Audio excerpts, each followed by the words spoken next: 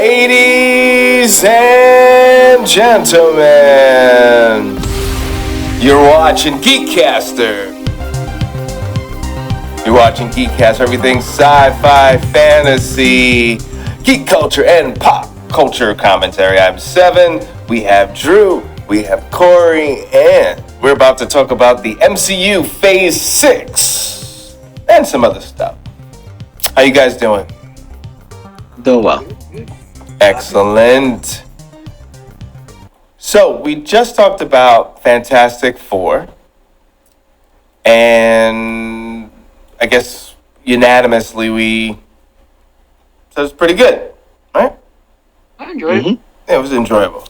So what's coming up next is they're saying Eyes of Wakanda. And they just finally released, hold on a second, I can pump that up over here. They just released who is on it already. So I guess they kept it under wraps for a while. Let's see if I could punch that up so people could see that over here. Let's see. So they have an interesting cast. Are you guys excited about this? Or is it like, whatever? So far Ryan Coogler hasn't missed, so yeah, I want to see it. Is he directing this? I thought he was. No? I don't know. Let me double check. Yeah, that's if you check that.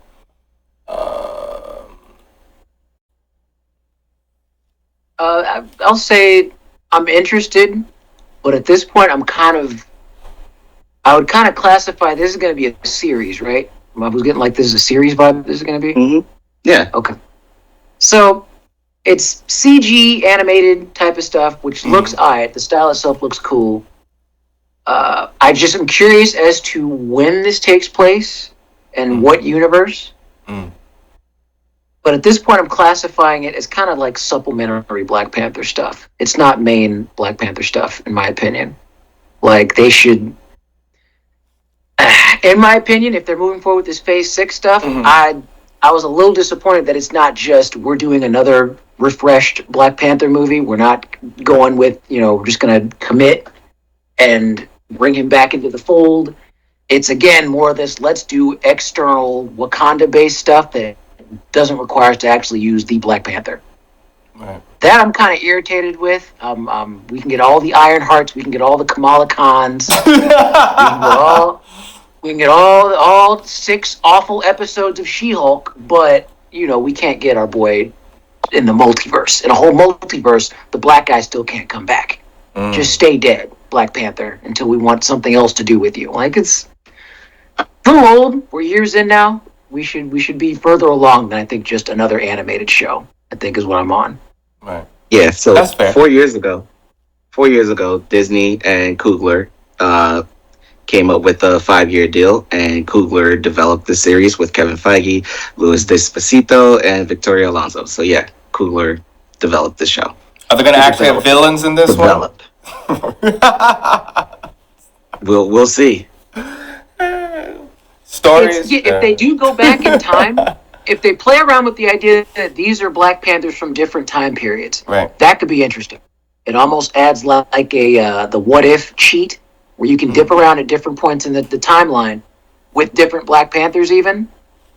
And that could be fun, but again, I'm like, I need forward momentum, man. Like, give me my guy back. I need my guy back. I think that's the problem I have with a lot of old school hardcore Star Wars fans. It's nice to do one thing in the past or these little offshoots of characters, but too much attention to this backstory. Let's move forward, or jump into characters that we know and love and develop those and do it right. But the side stories and this, it seems like you took a drink and you just kept adding water and it just gets thinner and thinner and thinner. Yeah. Right. Yeah, it's becoming very diluted, and it's like at this point, man, there's an actor who could play the role. I'm not at all in doubts that there is a good to great actor who could take that role, understanding the mantle that is, not being Chadwick Boseman too, but just making his version of a good T'Challa. Right. It could be done, but again, the powers that be, it's no, y'all can just get another animated Disney series. Right. Ironheart gets 3 seasons. Loki can get 2 seasons. Wait, Ironheart has 3 seasons? I'm guessing. Oh, please don't do that to me. Here's the thing. I kind of know that I'm not. When they pick up shows nowadays, it's usually like 2 seasons outright. Okay. You're in for at least 2 seasons. So if Ironheart gets her 6 episodes, and then gets another 6, if it recovers and gets like at least a little bit more of like a fan following based off of what happened in season 1, they'll pick it up for a third. And I'm not like rallying against that because I haven't seen it yet, so I can't really say yay or nay.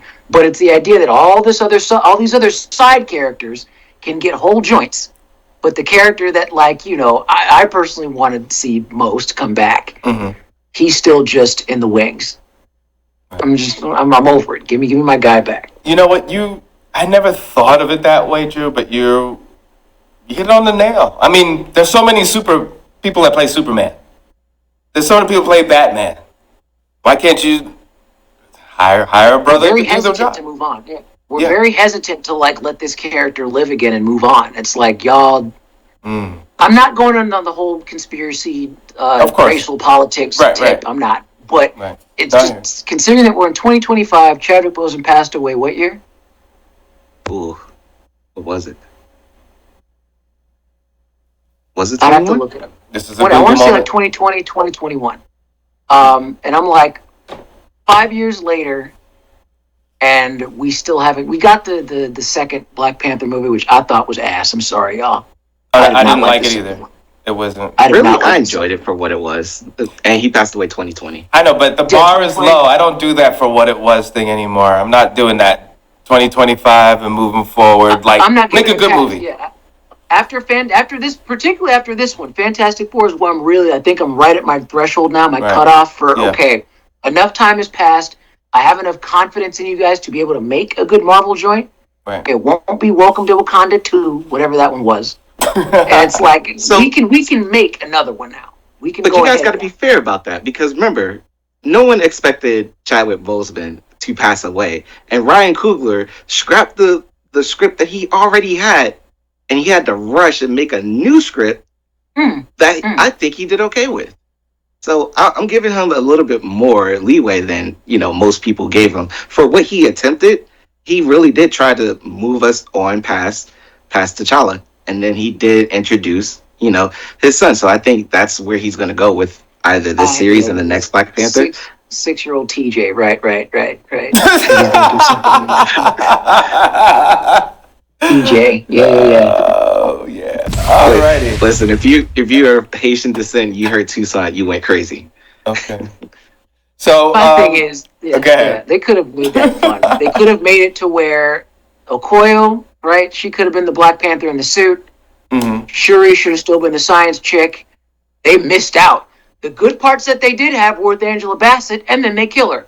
So they missed that one. They could have kept her in the mix for the whole movie, but nah. Yeah. Anyway. Bring him back. So, as we move on, I'll just punch this up real quick. So, after that, we have Wonder Man.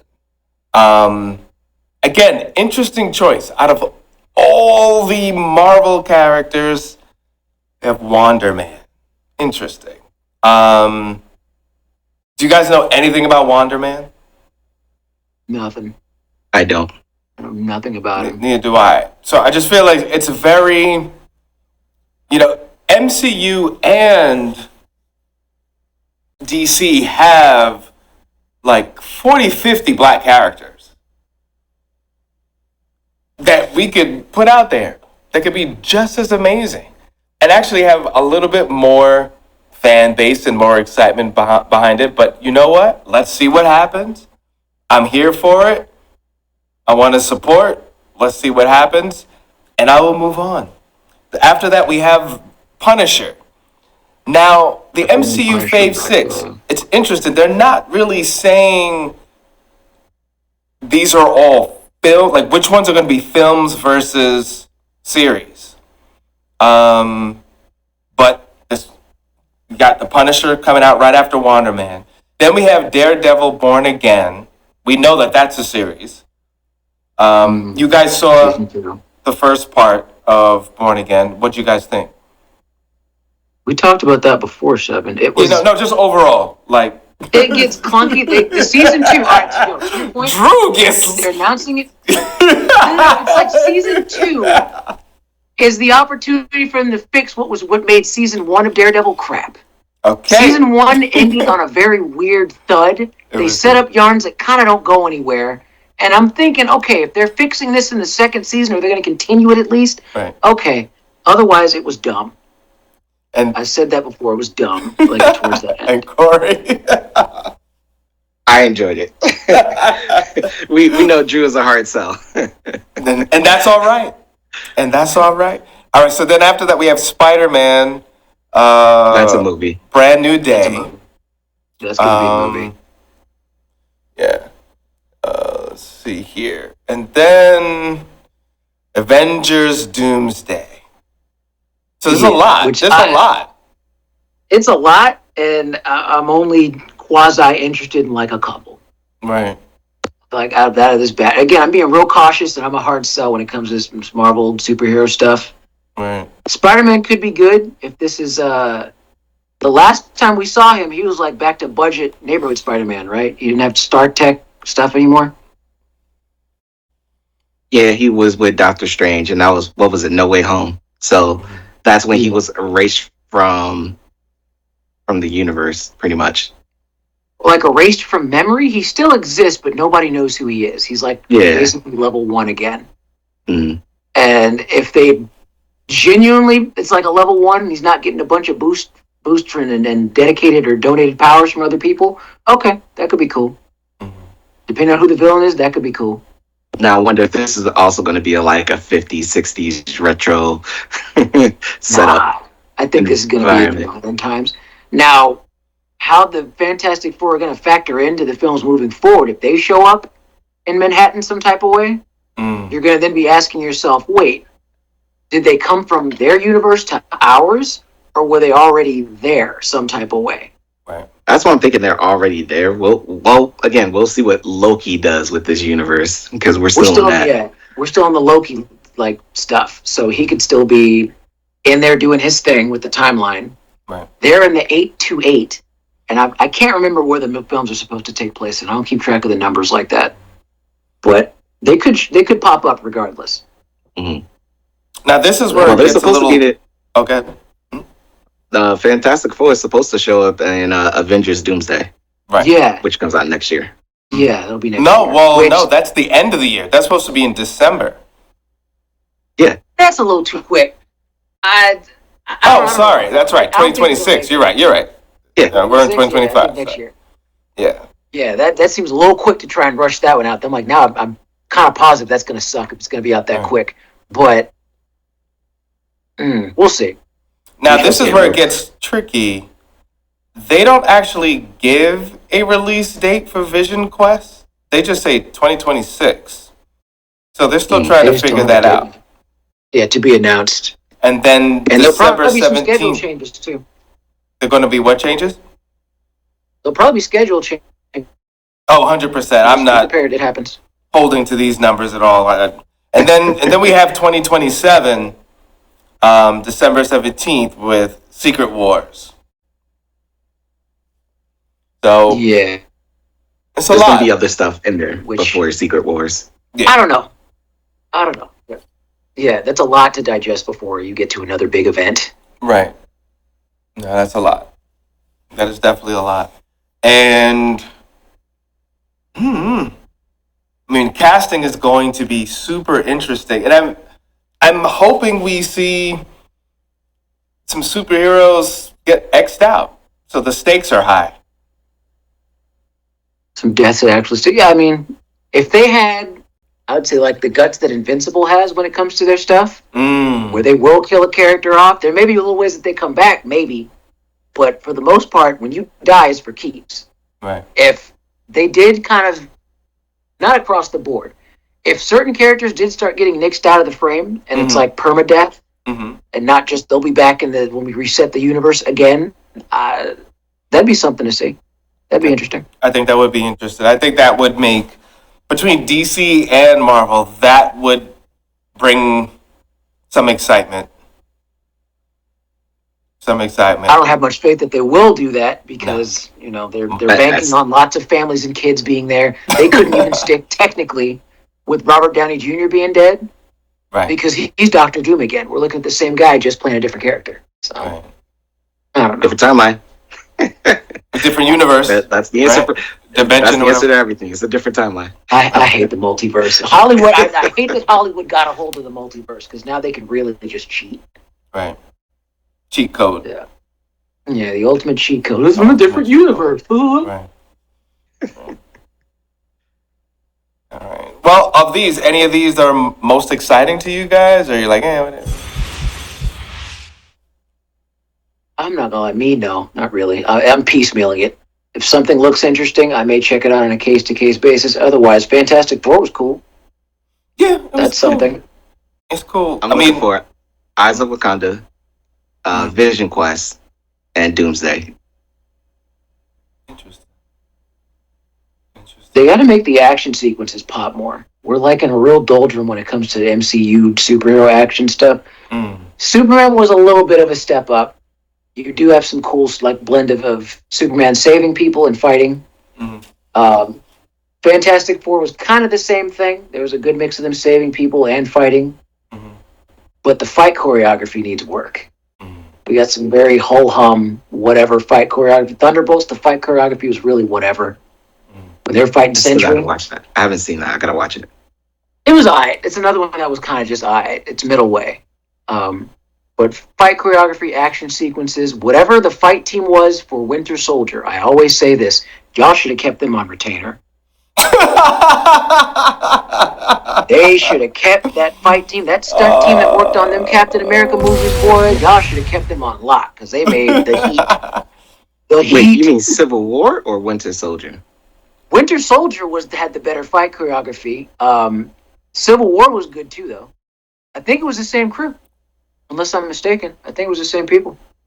They should have kept them, though. Well, that's how I feel about Daredevil. That's out of all these, that's the one I'm most interested in, and it's because of the fight choreography. Even though I agree with you, there were writing choices that I thought they just did not make good choices. I just don't understand. You have so much, even though they were trying to separate themselves from the other Daredevil series that was done on Netflix, and this is its own thing, but yet riding off of that, which was weird. Just keep it moving forward. But yeah, so this is where I kind of agree with you, Drew. But I kind of disagree because there are some good things, and it's always been the fight choreography for Daredevil. That's the one thing that the fans have always went back to see, and hopefully the dialogue and the story gets up to the fighting. And it's usually the opposite. It's usually, it's great, but the fighting was crap. So we shall see. It's a tough juggling act, but Daredevil, it's his thing, man. He doesn't have superpowers in the conventional sense. He's like an ass whooper. He gets beat up a lot, but the dude scraps. He's got hands. He's got hands. So focus on that. Give us that, please. Yes. And if you're going to have relationships in it, let that be a catalyst and not a focus. Yeah, with enough stuff going on, this whole extension of Love Island crap, that should be plot-driven, character-driven stuff gets really dumb really quick. Right. Well, Drew, it attracts the young audiences. It attracts the. But it's not that. You know what it is? I feel that. Again, they're trying to use these little relationships as motivation and build intensity, and I get it. The problem with Daredevil is that they stay on it too long. Like, we get it. Now what? What are they going to do? And what would a person really do in this situation? And then just write that. So I have a question for you.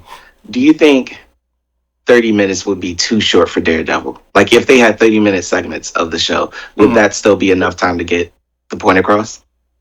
30 minutes for a TV show of Daredevil. If it were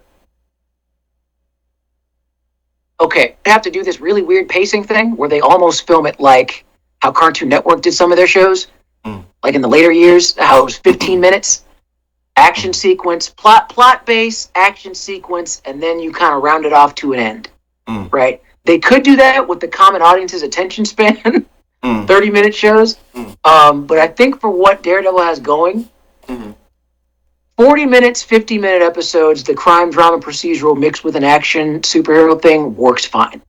If it ain't broke, don't fix it. But it's what you focus on, Seven, like you just said. Right. Focusing on Matt going out on a date. And I understand Daredevil, he's a dater.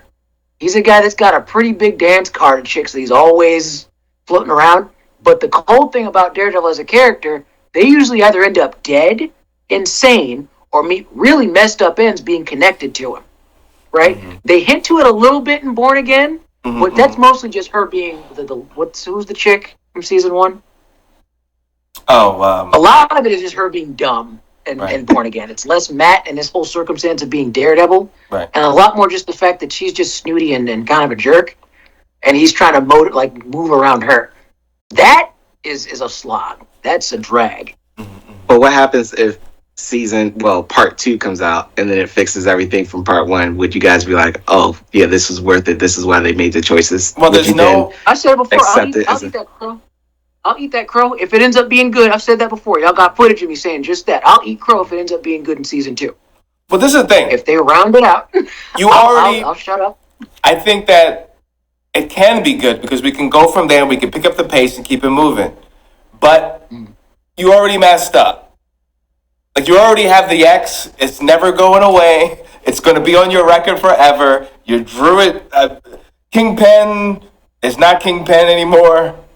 It's like, snap out of it. They need to stick that, if nothing else. Yeah. If they can let this whole relationship between Matt and What's-Her-Face die off on the vine, but they need to fix that Kingpin thing. Right. Him just absolutely just wussing out. Committing abject murder, because how he did old boy, the dude that his wife was cheating on him with, that was probably one of the funnest parts of the season. Him keeping this man in a cage, eating big old plates of pasta, talking about, Wilson, please let me out, and then he beats the dude to death. Well, I'm sorry, he doesn't beat him to death. He beats him halfway to death, and then his wife snuffs him. Right. Give me more of that stuff. That's Kingpin. Good stuff. Yeah. Kingpin stuff. Right. Yeah. That was wild. He's a brawler. I mean, he's brutal. He's a brawler. He's crime on a stick, and that's why he's Kingpin. So to show so many scenes where well, did he change? Didn't he change? Well, maybe there's a part stop, make a decision. Exploring my feelings in couples therapy. I'm like, this is whack, y'all. This is nothing. I get what demographic you're trying to appeal to for this. It ain't working. For a superhero property, it ain't working. Get back on task. Figure it out, people. Well, what's your guess? Is she trying to steal his dynasty from him? Yes. But I'm like, when did you make this switch, Vanessa? Because you were actually nice once upon a time. When did you turn? When you left, I changed. When exactly? Give us that flashback. Right. What happened? Clarify. Right. Give us something. Yeah, clarify, please. Right. So they could still fix it. They can fix it in one episode, but they have to commit. I don't know about that. They got to commit. I'll give them 2 to 3 episodes. Right. Like Corey said, 3 episodes you need to cook up in Ironheart, right? 3 episodes. Okay, Daredevil for season 2, you got that span. 3 episodes. Fix it. And fix it or be asked. Are you a fan of Ironheart, Corey? You're like, if they did an Ironheart movie tomorrow, you're like, yeah, Ironheart. Not that much of a fan, but I would see it. Like, I appreciate Ironheart. And why is that? Like, what is it about Ironheart? Like, I just don't understand the point. I just don't. What are we doing? The fake Iron Man. What are we doing here? Like, why? I think that's the unfair comparison that Ironheart gets all the time. It's I guess we're going into spoiler territory. Um, Iron Man built the Iron Suit because he could. Ironheart built the Iron Suit because she's afraid of what happens in her childhood and in her neighborhood. So it's more of a shield, a protection, more than flaunting her genius, even though she is a child genius. I think that little distinction is what separates Ironheart from Iron Man. And if you get that, then you appreciate Ironheart a lot more. I can see that difference. I will say they both kind of, in their own way, they both create their suits and hone their craft as technicians and creators of cool tech. They do it out of necessity. Tony did it because he was captured by terrorists and he was either going to die by then, or die of the shrapnel that was in his heart. So in order to save his own life, he creates the thing, but in that same breath, he has this kind of like revelation about, oh my God, the weapons that I create have come back to bite me in the ass effectively, right? And that's kind of his own little call to arms to be a better person. Ironheart, I don't know as much about her, but it seems like her situation growing up, where she did, it was like she lived without a lot. She had to create the thing. Yeah, from Riri Williams, Ironheart's character, she loses people very, very important to her, and because of that loss, is her motivation of building and trying to perfect the Ironheart suit to protect the ones that she loves. And it's not the only suit that she wants to build; she wants to build more to protect, those people. Oh, okay, that's it. Again, they're similar in that regard. Tony Stark. It's at the core of it. Both characters in the business of saving and preserving lives, right? Yeah. So she would be a good sidekick. I would change if nothing else, because there's people that make the argument she shouldn't exist. I'm not one of those people. I think that those type of people need to they're late for like a Klan rally or something. If you're on the book, I've heard it before. I've had arguments where the whole anti-Miles Morales thing. He shouldn't be there. What's so different than him? There's too many spider people. Like there's Ben Riley. There's the whole clone saga. There's multiple Spider-Men in the other comics that were even before Miles. But you seem to only be complaining about the dark one. There were legions of Spider-Men at one point. What's the other one? Venom, the guy that became Venom. We can have all these other variants of Venom as long as they're white guys, but when it's suddenly the black kid, now we got issues. That element of it I hate. So instead, it should have been Riri should have been Tony Stark's apprentice. That would make more sense. He should have selected her for a little brain trust. I realize that my life and his logic is, I realize my time on this planet, even though I can extend my life, is short. There needs to be a next generation of creators that are like me that can do this Iron Man stuff. She's the one that stands out. Not because she's the smartest, not because she's just the best, but because she's the one that's most driven. Because if they made a separate, like, Bat Boy, it's whack. It's kind of like this, from a creating standpoint, you know what I mean?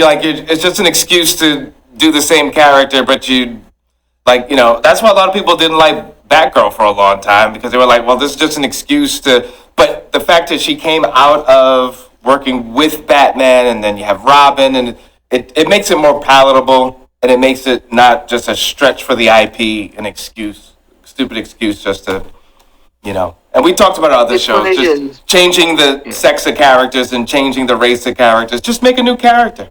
Just do something different, But I like your idea. Go ahead, Drew.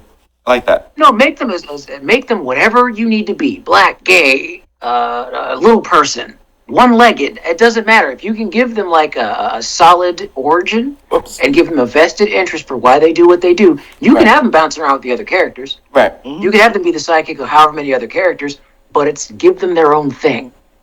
Don't make them a light version. Just give them their own thing. Coca-Cola Light. It's like, well, just make that. I don't want Coca-Cola. Make a Sprite. Give me Make a Sprite. Right. Give me Sprite. Just do your thing. You're lazy. The weird thing is, we're going to run out of time. One statement. Go ahead, Corey. The weird thing is, when you look at Peter Parker's personality, he's more of a sidekick. Riri Williams is not. And so it's like Robin going up to be Nightwing. He wanted to be his own thing. Riri Williams. Yeah. I'll take it. right, you're watching GEEKCASTER. Thank you, Corey Drew. I'm 7, and we out of here.